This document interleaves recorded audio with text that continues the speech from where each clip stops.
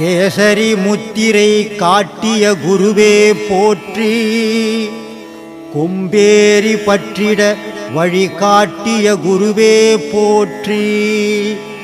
பிரம்மசூத்திர குழு சார்பாக அனைவருக்கும் ஒரு வேண்டுகோள். எம் குருநாதர் பிரம்மஸ்ரீ நித்யானந்தம் ஐயா அவர்களின் ஆன்மீக அறிவுரைகளை கேட்கவும், எம் குருவின் ஆசிகளை பெற வேண்டும் என்றும், தம்முள் இருக்கும் சந்தேகங்களை கேட்டு தெளிவு பெற வேண்டும் என்றவர்களும் பக்தர்களும் ஐயா அவர்களை ஒவ்வொரு மாதம் பௌர்ணமி தினத்தன்று மட்டுமே சந்திக்க இயலிடும்.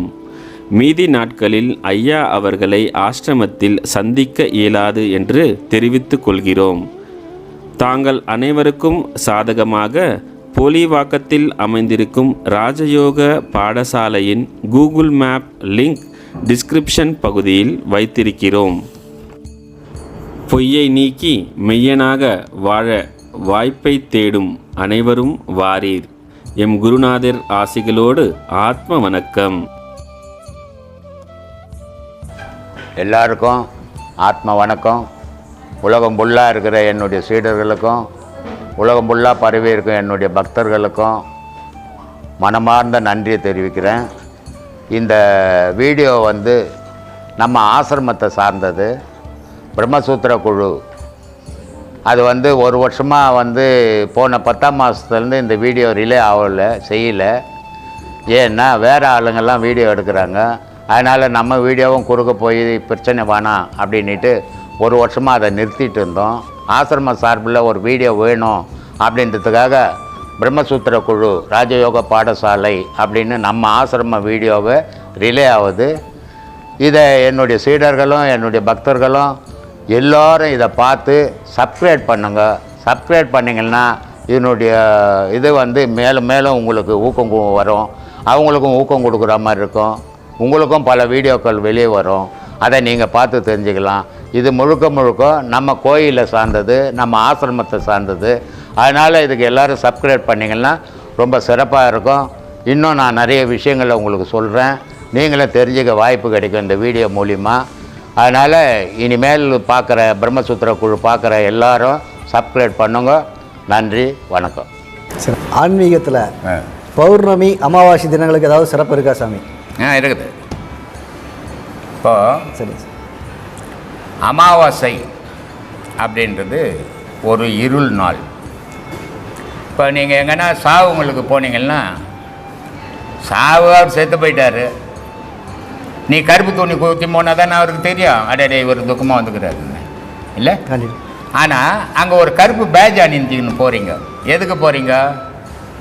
வாயில் சொல்லாமல் செயலால் நான் துக்கமாக இருக்கிறேங்க, நான் இருட்டில் இருக்கிறேங்க, ஒளி போயிடுச்சுங்க அப்படின்றதுக்கு அடையாளத்துக்கு தான் ஒரு கருப்பு பேட்ஜ் அணிஞ்சுன்னு சாவுக்கு போகிறீங்க. அதே மாதிரி ஒரு தீமையை செய்கிற மாந்திரிகவாதிக்கு இந்த அமாவாசை அவசியம். ஏன்னா இருளுன்றது மனிதனை தடுமாட வைக்கக்கூடியது, மாந்திரிகம்ன்றதும் மனிதனை தடுமாட வைக்கக்கூடியது. அப்போது அந்த கெட்ட செயல்கள் எல்லாம் எப்போ செய்ய முடியுது மனிதனாலன்னா அந்த இருளில் செய்ய முடியுது. அதுக்காக அவன் அமாவாசையை மாந்திரிகவாதிங்க பயன்படுத்துகிறான். நீங்கள் கொல்லிமலையில் போனீங்கன்னா நிறைய மாந்திரிகவாதிங்க அமாவாசையில் சுற்றுவாங்க. என்னமோ எட்டுக்கை அம்மன் கோயில்னு ஒன்று இருக்குது. சரி, அங்கே கொல்லிமலையில் பல மூலிகைகள் கிடைக்குது, மாந்திரிகத்துக்கு உபயோகப்படுற மூலிகைகள். அந்த மூலிகைகளை எடுத்து அந்த எட்டுக்கை அம்மனாண்ட வச்சு அந்த அமாவாசை நாளில் நிறைய பூஜைகள் பண்ணி பல தீமைகளை செய்வாங்க. அங்கேருந்து எடுத்துக்கணும் வீட்டில் வச்சுக்கணும் செய்வாங்க. இது தீமை செய்யறதுக்காக வர நாள் அந்த அமாவாசை நாள். பௌர்ணமி நாள் இருளில் இருக்கக்கூடிய மனிதனை ஒளியை காட்டி வெளியே எடுத்துன்னு வர வேண்டியது.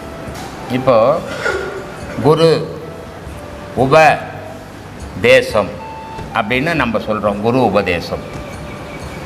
கூனா இருட்டு, ரூனா வெளிச்சம். அப்போது இருட்டில் இருக்கக்கூடிய சீடனை வெளிச்சத்துக்கு கொண்டு வரவன் தான் குரு. உபதேசம், உபன்னா கிட்ட, தேசம்னா இடம். அப்போது இறைவன் இருக்கிற இடம் உன்னுடைய உடலுக்குள்ளேன்னு உன்னுடைய இருளை நீக்கி ஒளியை காட்டி அந்த குரு தொட்டு காட்டும்போது அது குரு உபதேசமாகும்.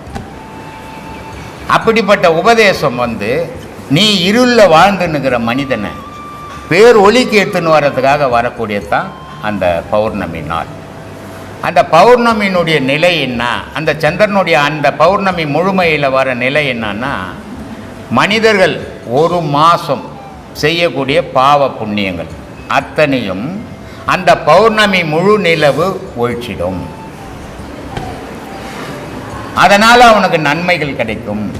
அதனால் அந்த நாளில் குரு சீடன் தொடர்பு வேணும். அந்த நாளில் நல்ல விஷயத்தை மட்டுமே பேசணும், நல்ல விஷயத்தை மட்டுமே நினைக்கணுன்றதுக்கு தான் அந்த பௌர்ணமி நாளை வச்சிருக்கு. ஆனால் மனுஷன் அதெல்லாம் கேட்கறதில்ல. அன்றைக்கே ஆடு அறுத்து கொண்டுக்கிறான். ஏன்னா இவனுடைய கொடூர புத்தி. இவன் மனிதனாகவே இல்லை, மனித தோற்றம், ஆனால் மிருக குணம். அது மாதிரி வாழாதால் இப்படி வாழ்ந்துன்னு இருக்கிறான். அதனால் பௌர்ணமின்றது துக்கத்தை கொடுக்கக்கூடியது, இது அமாவாசைன்றது துக்கத்தை கொடுக்கக்கூடியது, பௌர்ணமின்றது சந்தோஷத்தையும் கடவுளுடைய நினைவையும் தனக்கு கொடுக்கக்கூடியது பௌர்ணமி. மகாபாரதத்தின் மாவீரர்கள் யார் யார் சாமி? மகாபாரத போரில் மாவீரன் தனஞ்சயன் அப்படின்னு சொல்கிறாங்க. ஆனால் என்னுடைய கணிப்பு தனஞ்சயன் இல்லை, மாவீரன். ஏன்னா தனஞ்சயன் எங்கேயுமே தனித்து யாரையும் கொள்ளலை, யாருக்கிட்டும் சண்டை போடலை. மாவீரர்கள்னா முதல் மாவீரன் யாருன்னா கிருஷ்ண பகவான். ஏன்னா கிருஷ்ண பகவானை தான் யாராலையும் எதிர்த்து ஒன்றுமே பண்ண முடியும். அப்போ முதல் மாவீரன் யாரான்னா கிருஷ்ண பகவான் தான் அந்த மகாபாரத போரில். அதுக்கு அடுத்தபடி மாவீரன் யாரான்னா பீஷ்மர். ஏன்னா பீஷ்மர் பரசுராமர்கிட்ட கலை கற்றவர். அந்த சிகிண்டிக்காக பரசுராமரை எதிர்த்து நின்று சண்டை போடுறாரு. தன்னுடைய குருவை எதிர்த்து நின்று சண்டை போடும்போது கூட அந்த சீடனான பீஷ்மர் தோக்கலை. அப்போது இறைவனே அந்த இடத்துல ரெண்டு பேருமே நீங்கள் மோதக்கூடாது, ரெண்டு பேரும் மோதனா உலக அழிவு தான் ஏற்படும் அப்படின்னு இறைவனே அந்த ரெண்டு பேரும் கற்றுக்கிறார். அப்போது மாவீரன் யாருன்னா பீஷ்மன். முதல் மாவீரன் நாராயணன், ரெண்டாவது மாவீரன் பீஷ்மன், மூணாவது துரோணர். துரோணர் வால்மீகியினுடைய கதை எழுதும்போது பரத்வாஜின்றவர் இருந்தார். அந்த பரத்வாஜியினுடைய புள்ள தான் துரோணர். அப்போது பரத்வாஜி பரசுராமர்கிட்ட வித்தை கற்றுவார். அப்போ பரத்வாஜியினுடைய புள்ள துரோணர். பரசுராமர் வித்தைகள் எல்லாமே அவர் கற்று.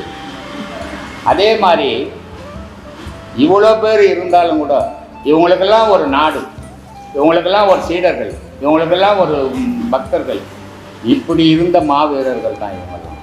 ஆனால் யாருமே இல்லாத ஒரு உயர்ந்த குலத்தில் பிறந்தவன் ஆனால் தாழ்ந்த குலமாக வளர்ந்து அவன் ஒரு மாவீரனை காட்டி அவன் யாருடைய எந்த தெய்வத்தினுடைய ஆதரவோ இல்லை எந்த மன்னர்களுடைய ஆதரவோ எந்த வீரர்களுடைய ஆதரவோ இல்லாமல் மாவீரனாக இருந்த மாவீரன் யாருன்னா கர்ணன்.